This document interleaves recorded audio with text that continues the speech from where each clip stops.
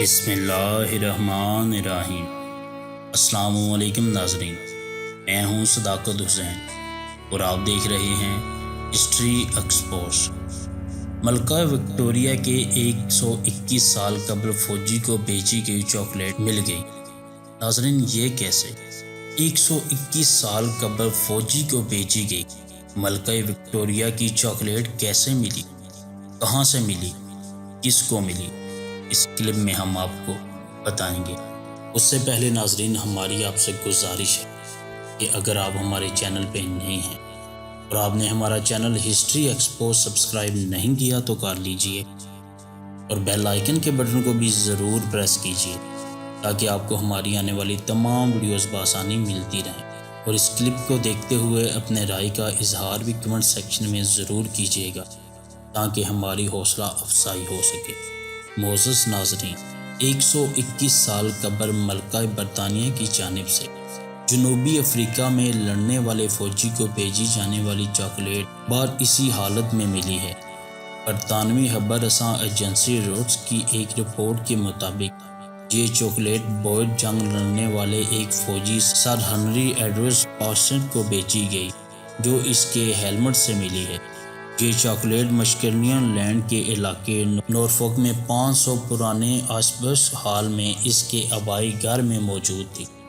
تاریخی ورثے کے حوالے سے کام کرنے والے ادارے cultural heritage course nation trust کی جانب سے کہا گیا ہے کہ اگر آپ اسے اپنے ایسٹر کے تحفے پر نہیں لیں گے تاہم یہ ابھی تک مکمل اور درست حالت میں ہے۔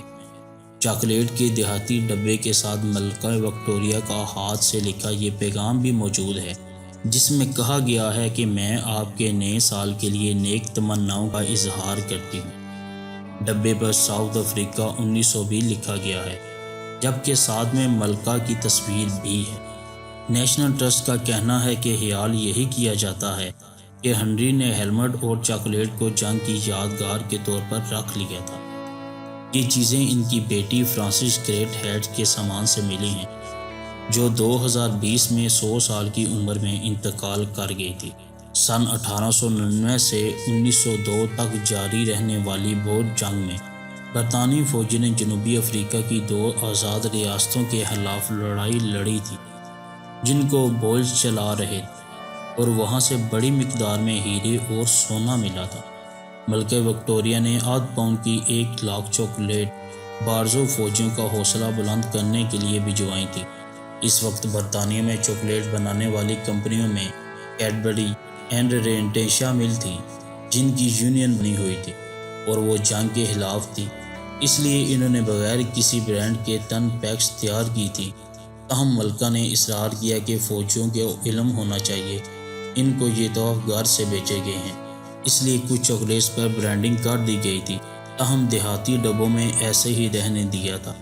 نیشنل ٹرسٹ کا کہنا ہے کہ ان میں سے کچھ دیہاتی ڈبے ملے تھے تاہم معلوم نہیں ہو سکا تھا کہ ان کا اصل مالک کون تھا کیونکہ زیادہ تر فوجیوں نے چاکلیٹس کھا لی تھی۔ تاہم یہ ایک واحد واقعہ ہے جس میں اس فوجی کا حقیقی معنوں میں پتہ چلا ہے جنہیں وہ بھجوائی گئی تھی۔ تو ناظرین، آپ کو آج کا ہمارا کلپ کیسا لگا؟ ملکہ وکٹوریہ کی 121 سال پرانی فوجی کو بھیجی گئی چاکلیٹ کیسی لگی؟ آپ کو آج کی معلومات کیسی لگی؟ کمنٹ سیکشن میں ہمیں ضرور بتائیے گا۔ السلام علیکم ورحمۃ اللہ وبرکاتہ۔